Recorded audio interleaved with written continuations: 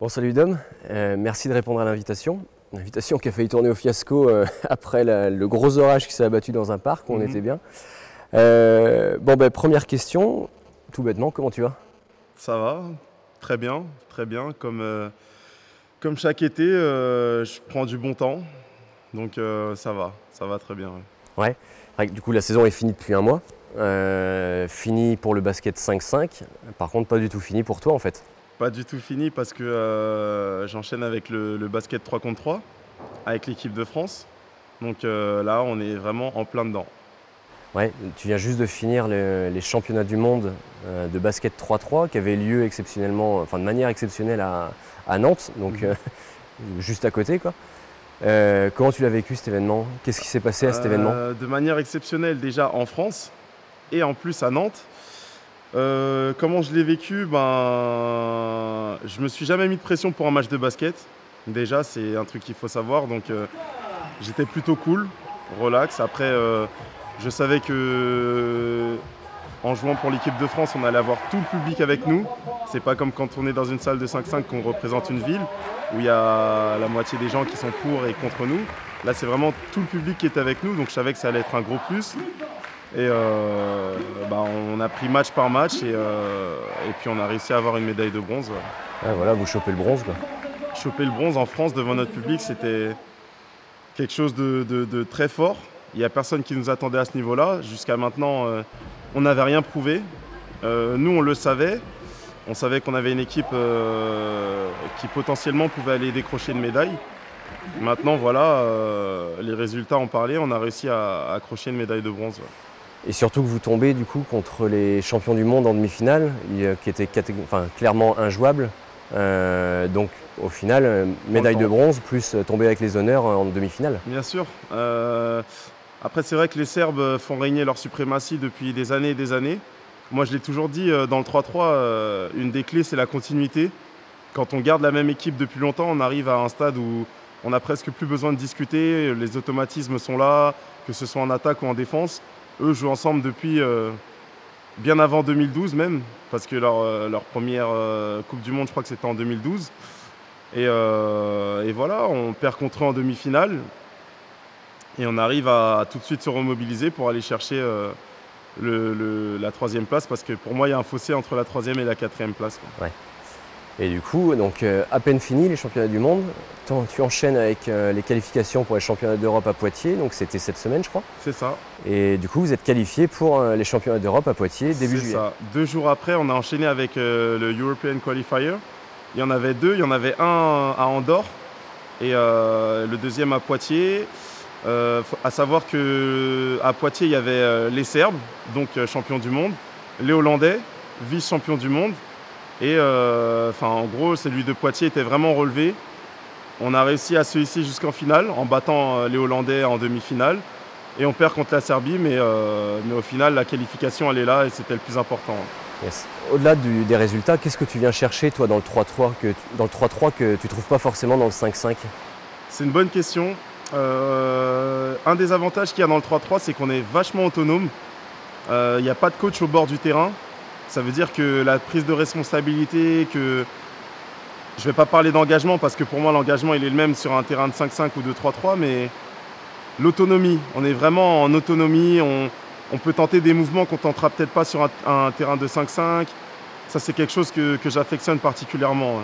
Yes. Et donc avec en ligne de mire Tokyo, les JO, c'est une nouvelle discipline.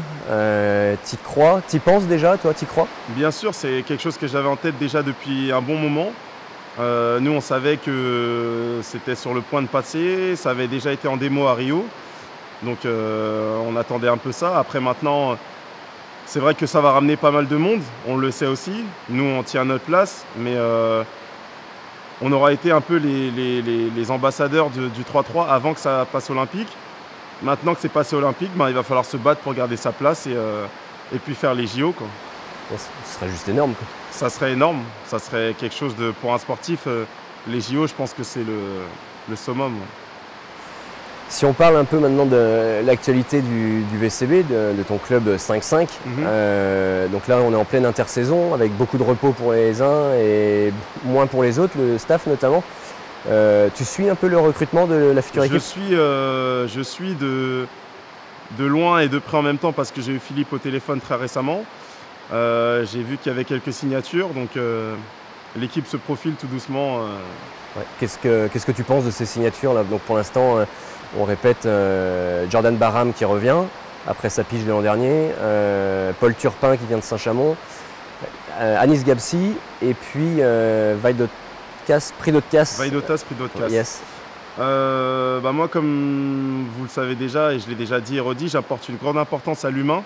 On a des garanties sur l'homme par rapport à Jordan qui était là l'année dernière.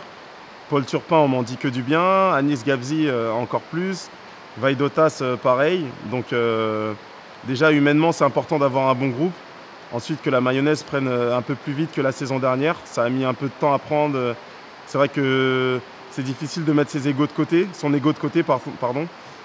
Et puis non, pour l'instant, moi je fais entièrement confiance à Philippe pour le choix des joueurs. Ouais. Est-ce que Philippe, il vous consulte des fois? Là, tu dis que tu l'as eu au téléphone. Il vous demande votre avis sur un joueur ou alors c'est lui qui décide de A à Z? Notre avis, non. Après, je pense que si on apporte on peut apporter notre petite touche sur le recrutement, mais après, ça reste lui quand même qui a le dernier mot. Ouais. Et puis toi, cet été, est-ce que tu t'es peu reposé l'été dernier? Et du coup, en plus, tu étais blessé, donc tu as eu du mal à te mettre dans la saison.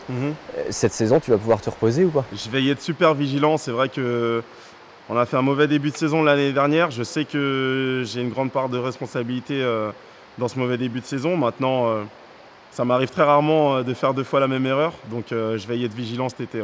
Ouais, donc en fait, là, concrètement, c'est après les championnats d'Europe. Concrètement, après l'Euro, je stoppe.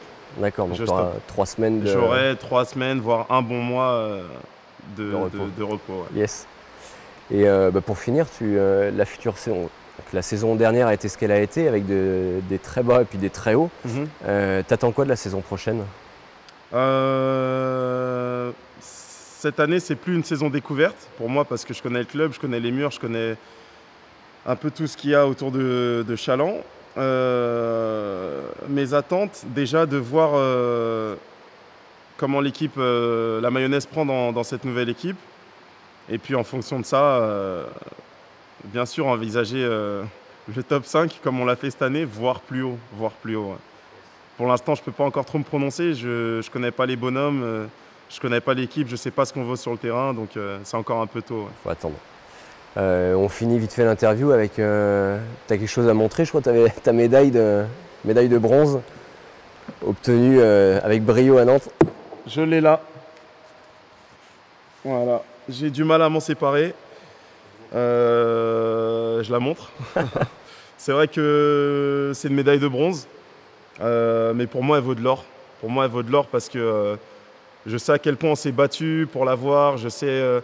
à quel point on a bossé. Je sais que pour le staff aussi, c'est entre guillemets une grande satisfaction parce qu'ils ont aussi beaucoup bossé. Donc ouais, c'est une médaille de bronze qui vaut de l'or. Ouais. Yes. Écoute, merci beaucoup Dom. Et puis on se voit très bientôt. Et Ça bon marche. courage pour le championnat d'Europe. Merci.